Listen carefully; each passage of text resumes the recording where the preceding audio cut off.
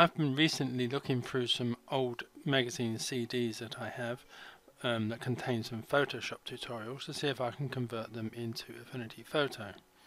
Now this one I believe came from around about 2015, and in that the magazine challenged two of their writers to make a sort of tourist montage out of the same pictures to see how each writer would rise to the challenge and do the challenge differently. So they gave them the same set of photographs and they had to sort of come up with different ways of doing this montage. So I'm going to be doing the same thing. I'm going to spread them over two videos. This is going to be a very long video, but the introduction will be the same on both. So you end up with something like this. But first of all, let's have a look at the pictures that I'm going to use for the challenge. Now, I've got this two pictures of London, which is the St Paul's Cathedral there and Canary Wharf, both iconic sort of images of London. And then got two different types of images, the man and the woman. I've got two images of a bus, one that does include Big Ben, which or the Westminster Tower I should say, and let's have one again with a London bus, but it does have St Paul's Cathedral in the back again, and this London sort of underground sign that's just got London in it. And then there's two textures, there's that texture there and there's that texture there. So they are the images that I'm restricting myself to try and complete the two different challenges that were in this magazine. Now, as you can see from this image here, I've got the St Paul's Cathedral background here and the bus, one of the buses here. The London sign will be sort of consistent through all of these, but this is a similar image with the same sort of challenge, but still using St Paul's Cathedral, but using the different London bus image. And then the other challenge that one of the other writers did was to come up with this sort of effect where the background is round the outside but also inside the logo much better. So again, we got the St Paul's Cathedral background here, and this next one where you got the Canary Wharf background, which doesn't show up as well as the St Paul's Cathedral, but it's still quite effective, I think. So this is what I'm going to be doing over these two videos. I'm going to try and show you how I did both of these types of challenges. They won't end up looking exactly the same as this because things will end up in slightly different positions, but hopefully it will be near enough. So I'm going to stop the intro now and we're going to start with version 1 or 2, depending on which one you are watching at the moment. And quickly before I do start the tutorials, I just want to add that you don't have to follow using the same pictures, all of which I got from Pixabay.com, and I will be adding links to these images if you want to follow on using the same images. But I would suggest you use your own images because you may want to include a place where you've been on holiday and a picture of yourself maybe. So you have a montage of a place you've been to. You just need a couple of iconic images from the whatever city you go to. So if this was Paris, for example, you could have the Eiffel Tower and maybe the Louvre, and a sort of an iconic sign or flag possibly from the city or country that it's from. I mean, because if this was Paris again, you could have a Metro Underground sign rather than the London sign. So don't restrict yourself to these images necessarily. I mean, it could be of your local town. I mean, if I was going to do one of myself from where I live, Walton, I could have Walton Pier and Walton Tower, and then maybe find a sign that has Walton on it, or have the Union Jack as a symbol in the background. So don't necessarily feel yourself restricted to these images. So thank you.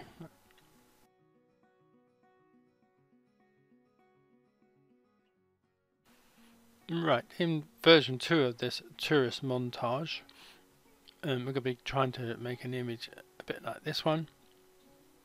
Again, we'll be using the cityscape of St Paul's Cathedral, like I have here, the London sign, a model. I think at this time I'll be using the lady, and then a couple of textures. So let's move along.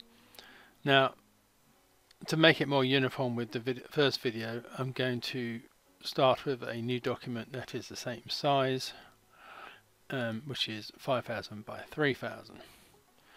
So first thing I want to do is to copy the cityscape and then paste it into my image here. Let me just come out a bit, come to the move tool, and we're going to just reposition this slightly.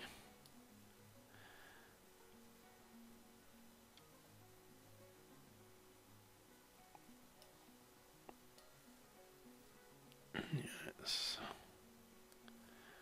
about right, I think. Now, one thing I do want to do is sort of straighten up this image, so I can do that from the crop tool, and then one of the options up here is straighten. So if I click on that, it will give me this icon that is a crosshair with a sort of spirit level. So I just need to click on part of this image here where I want to start the horizon, and then just click and drag it, a line out along the horizon that I want, and then once I release, it will straighten the image automatically, and then I just need to click apply, and that will now be applied. I mainly wanted to do this to get rid of the river, which is why I resized it, so you just have this background. So now what I want to do is to add a levels adjustment. Now I can do this from this half black and white circle here, just click on that and come up to levels. Now in the magazine they had a much darker cityscape to work with, and they were aiming at getting sort of silhouettes. I can't really do that with the images that I've selected, because both this one and the Canary Wharf image were both quite light, so I can't really get to the almost silhouettes state, but I will make them a bit darker. I'll move the gamma to about 1.2 roughly, and I will just bring in the black level to, let's try about 10%. Yes, I'm quite happy with that. And then what I want to do now is to add another adjustment. This time I'm going to use the brightness and contrast, and I'm going to move the brightness up to about 30-35%, roughly around there, and the contrast quite a bit higher, up to maybe around 70%. So again, we've got nice sort of bright areas, light areas, and again I will merge that into the image. And then the next thing I want to do is to add a black and white adjustment. So I'll just again click on the adjustment thing and come up to black and white. Now you can alter this to suit your particular image, and I've got a nice sort of contrasty image that's a bit dark and moody. and then just click merge when you're happy. If you wanted to make it a bit darker, you could duplicate that layer and then change the blend mode to overlay. So that's it, a bit darker, which I personally I'm not a big fan of, so I'm just going to delete that, but that is an option for you if you want to go that way. So now we want the London sign. Now in the first video we selected the white to remove it, but this time I'm just going to keep everything, so I'll just right click this and come to copy, and then come back to this image and edit and paste. Now, come to the move tool, just zoom out slightly. I'll hold down the control key to keep the proportions the same and come to a corner, and then it's just a case of positioning this so it fills up the image, and I will then change the blend mode to lighten. So as you can see there, we've now got the image really just showing through the logo and not the white background. So you could maybe tinker with the positioning of this if you wanted to get maybe a bit more of the St. Paul's Cathedral in, but you'll have to be aware of, you don't want the sign to be going too far off that you're losing it. So I'm going to leave mine there where it is. So now I want a texture, which should be this one here, and much like before, I'm just going to copy that layer and then come to edit and paste, and then just resize just to make sure it's covering everything, although it's not going to be affecting everything, because we're now going to change the blending mode of this to overlay, and you can see it is only really affecting the image inside the logo. I may just drop this down so the effect isn't quite so harsh. Let's go to about 75%. Right, that's okay. Right, now if I highlight the background layer, which is the black and white one that we made earlier, and I right click that and come down to duplicate, I'm going to move this copy to the top of the stack. So I'm just going to click and drag it right to the top,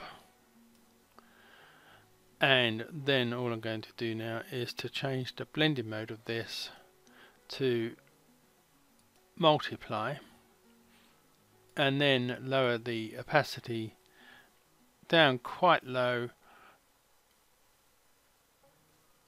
I mean, let's go for, that's about 17%. So as you can see, you've got the cityscape in the background of the white area as sort of light and faded, but it is much stronger and darker and contrasty inside the logo. So the only thing that we really need now is the model. So this time I'm going to be using the lady, so I'm going to again use a selection brush, make sure it's on add, yes it is, just to select this lady. Again, I'm only going to be doing a rough selection.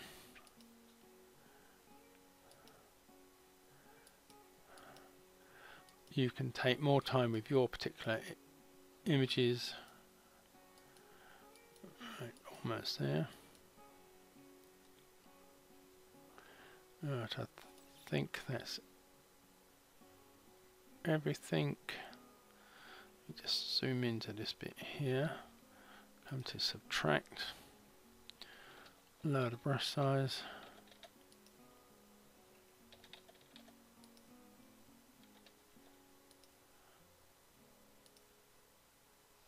Right.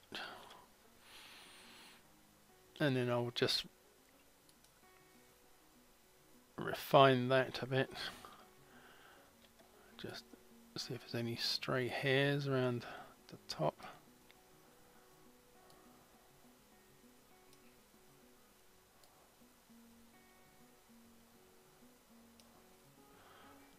And again, I will just feather the overall selection by 0.5. And then click apply. I'll then just press Ctrl and J to make a duplicate of the selected area. Ctrl and D to get rid of the selection. And then I can just right click this layer, copy, come back to the image that we're working on and edit and paste. We're on the move tool here, so I can hold down the control key at one of the corners, reduce it in size, and then it's just a case of whether I wanted to come from that side. It's probably best, yes, because St Paul's Cathedral is obviously the most obvious landmark in that logo, so I will leave it on this side so I won't have to flip the image, and it's just a case of deciding how much bigger I want it to be. Right, yes, I think that's okay, that'll do. Now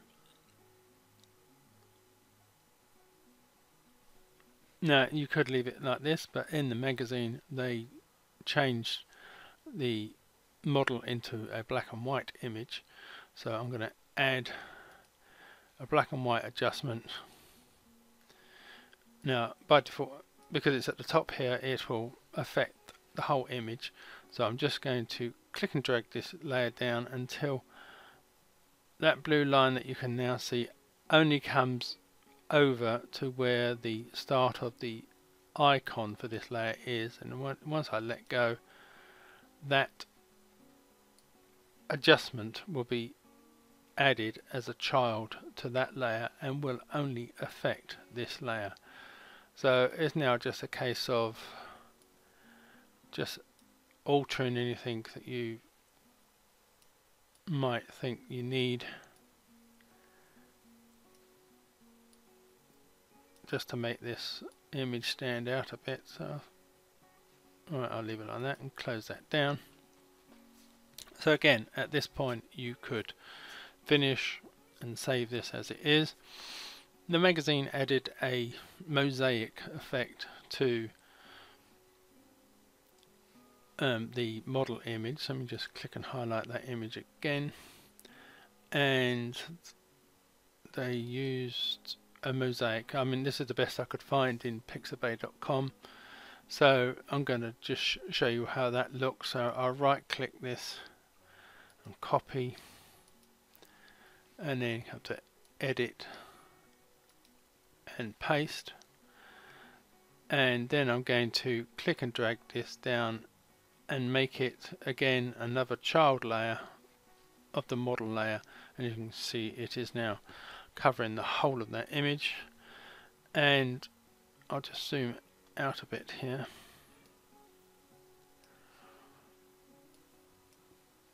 Now if I change the blending mode of this tiled layer to overlay, and I'm going to reduce the opacity for now down to about 34 it is, then I'm just going to resize this image.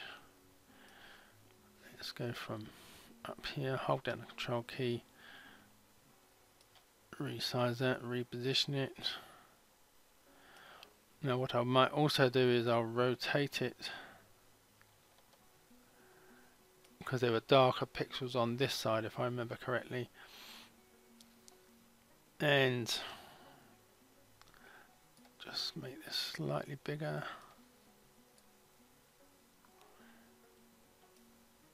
Alright, let's zoom back in again, and then I'll just reduce the opacity just a little bit more, just so there's a hint of that effect on there. Right, it's come off the move tool. So I'm not necessarily certain whether the mosaic effect really is needed, but I've added it. You can use it if you want or not. I'll leave that up to you. So basically that is the end of version 2.